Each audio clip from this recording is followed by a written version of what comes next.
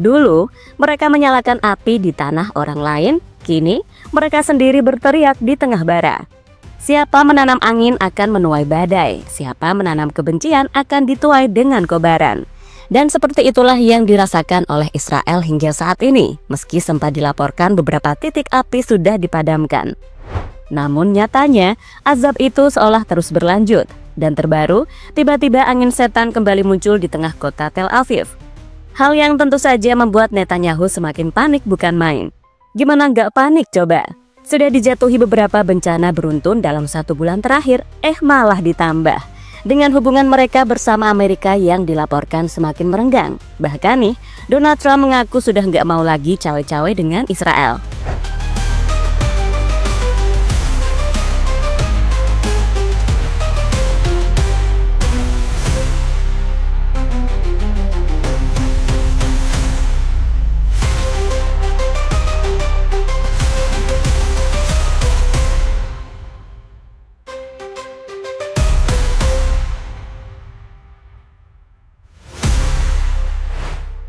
Israel tampaknya nggak akan pernah kapok. Untungnya alam terus memperlihatkan bahwa kesombongan Zionis bukanlah apa-apa. Seakan alam bergerak sedikit saja menghembuskan api dengan angin, lenyap tuh mereka. Ya, setelah sebelumnya kebakaran api melahap puluhan hektar hingga banjir es yang melanda di wilayah selatan yang mulai terkendali, Israel kembali mengalihkan fokus ke Gaza. Sejak 5 Mei, Netanyahu bersama kabinetnya kini bukan lagi sekedar serangan. Ini adalah okupasi penuh, penaklukan total atas tanah yang selama ini bertahan. Warga sipil dipaksa pergi, bukan untuk menyelamatkan diri, tapi untuk dipindahkan ke wilayah kecil bernama Little Gaza, bahkan secara permanen. Sebuah zona terisolir dikendalikan sepenuhnya oleh Israel. Di sanalah mereka akan dikumpulkan, bukan untuk dilindungi, tapi untuk dibatasi. Tidak ada lagi pertukaran tawanan. Kami akan mengembalikan mereka dengan membasmi Hamas, tegas perkataan Netanyahu. Jelas, pernyataan itu bukan sekedar strategi militer. Ia menyeratkan satu hal soal nyawa warga Palestina yang bukan lagi prioritas. Israel pun bersiap memperluas invasi ke seluruh Gaza, meski tahu langkah itu bisa mengorbankan tawanan mereka sendiri yang masih berada di sana. Bagi mereka, ini disebut satu-satunya pilihan yang tersisa dan tak terhenti di sana. Rencana ini juga mencakup pengusiran massal. Mayoritas warga sipil akan dievakuasi ke luar negeri, sementara yang tertinggal akan disesaki di satu area kecil di selatan, Little Gaza, di mana bantuan pun hanya bisa masuk jika disetujui penjajah. Ini bukan perang melawan Hamas, ini tentang mengubah peta, menghapus Gaza sebagai benteng terakhir perjuangan Palestina, dengan cara yang sistematis, bertahap, dan tanpa ampun. Bahkan Menteri Kebudayaan Israel Bezalel Smotrich berkata belak-belakan, tak perlu malu, kita memang penjajah. Di blokade Israel dari bantuan luar negeri, namun Bezalel memastikan penduduk Gaza akan dikirim ke zona kemanusiaan kecil di selatan, dari sana mereka akan dipaksa. Ya, Israel memang kejam, tapi alam selalu menunjukkan cara mereka sendiri untuk melakukan balasan. Semula, Israel mengira jika semua wilayah yang terdampak bencana, terutama soal api, udah aman terkendali. Akan tetapi, jika Israel mengirim bola api ke rakyat Palestina, maka alam pun juga melakukan hal yang sama ke mereka. Ya, di Nazaret dan Yafa An-Nashri, 2 kota di utara Israel, entah gimana ceritanya, kini sedang dikepung oleh kebakaran besar yang menyebar cepat. Bukan karena rudal ataupun serangan musuh, tapi karena alam kepanasan, angin kencang, dan semak kering yang tersulut.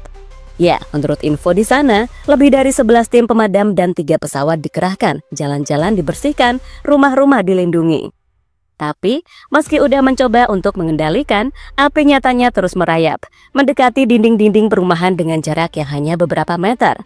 Pokoknya, ibarat hanya tinggal manyuk, api sudah bisa menghancurkan pemukiman yang tenang. Ini adalah kebakaran besar yang menyebar dengan cepat, mengingat kondisi cuaca ekstrim. Petugas pemadam kebakaran bekerja dengan tekad untuk mencegah kerusakan pada bangunan dan penghuni, kata Kepala Pemadam Kebakaran setempat Ofer Edrei, dikutip dari Times of Israel.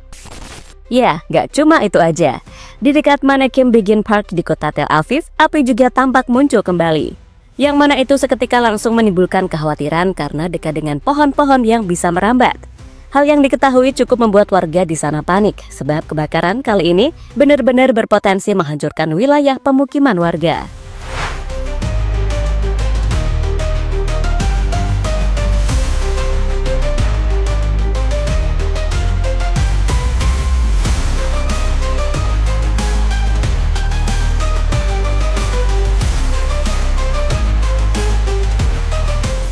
api setan kembali muncul di tengah kota Israel. Tak hanya itu saja, catatan kendaraan terbakar di dekat Menachem Begin Park di kota Tel Aviv juga muncul kembali, menimbulkan kekhawatiran sebab dekat dengan pohon-pohon yang bisa merambat. Iya, semua ini terjadi bukan di medan tempur, bukan di garis depan Gaza, tapi di rumah mereka sendiri. Seolah-olah alam sedang berbisik, tak ada tanah yang benar-benar aman jika keadilan dikhianati.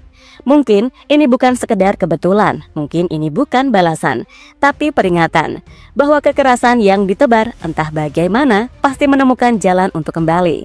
Sebab tanah yang dirampas, air mata yang jatuh, dan doa-doa yang bergema dari reruntuhan tak pernah benar-benar diam. Mereka bergerak bersama angin. Sementara di sisi lain, ancaman yang mengintai Israel juga datang dari berbagai negara yang tak terima melihat Palestina tertindas terus-terusan. Bukan dari perbatasan api, bukan dari dalam tepi barat, tapi dari selatan Jazirah Arab, Yaman. Dari langit yang jauh, rudal balistik Houthi yang didukung Iran meluncur menembus cakrawala menuju jantung Israel di Tel Aviv. Media Israel melaporkan militer Israel mengklaim berhasil mencegat rudal itu di udara. Tapi, dentuman peringatan sudah cukup membuat panik seluruh wilayah tengah Israel. Sirine meraung. Notifikasi darurat meledak di ponsel warga, waktu mereka untuk berlindung selama 3 menit. Dan seperti sudah jadi protokol ketakutan, Bandara Ben Gurion yang menjadi pintu utama keluar masuk Israel seketika ditutup. Bahkan dalam satu kejadian sebelumnya, rudal sempat menghantam hanya beberapa ratus meter dari menara kontrol utama bandara. Sebuah kegagalan intersepsi yang tak hanya mengguncang kepercayaan publik, tapi juga memaksa banyak maskapai asing untuk menghentikan penerbangan ke Israel. Hari ini, serangan dari Houthi bukan hanya peluru logam dari langit, tapi juga pesan tajam, kami tidak tinggal diam. Dan yang membuat Israel semakin terpukul, serangan ini datang hanya 3 hari setelah Amerika Serikat melalui Presiden Donald Trump mengumumkan kesepakatan gencatan senjata dengan pihak Houthi. Tapi Houthi tak peduli pada kesepakatan itu. Mereka menegaskan perlawanan terhadap Israel akan terus berlanjut aja.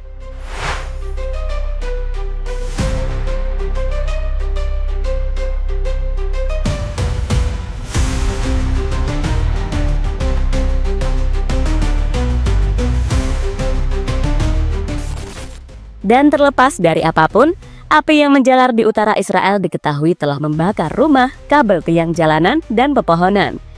Kota Nazaret dan Yafa An-Nashri kini mencatat luka yang dalam, kerugian material menumpuk, rumah yang nyaris hangus tanpa sisa. Fasilitas publik yang rusak dan barisan pemadam kewalahan melawan amukan api.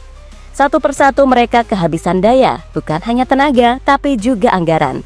Tangki air mungkin bisa diisi kembali, tapi duit jelas gak semudah itu. Sampai pada akhirnya Israel membuka departemen khusus untuk menerima sumbangan, menggalang dana untuk menutup biaya kebakaran yang tak terduga. Ya, kepanikan warga Israel diketahui makin menjadi-jadi usai rudal balistik Houthi yang didukung Iran meluncur menembus menuju jantung Israel di Tel Aviv. Media Israel melaporkan kalau militer Israel mengklaim berhasil mencegat rudal itu di udara. Akan tetapi, sebuah dentuman peringatan sudah cukup membuat panik seluruh wilayah tengah Israel yang kocar-kacir setelah sirine meraung keras. Ya, notif darurat meledak di ponsel warga dan waktu mereka untuk berlindung diketahui selama 3 menit. Pokoknya situasinya udah seperti jadi protokol ketakutan. Bandara Ben Gurion yang menjadi pintu utama keluar masuk Israel seketika ditutup.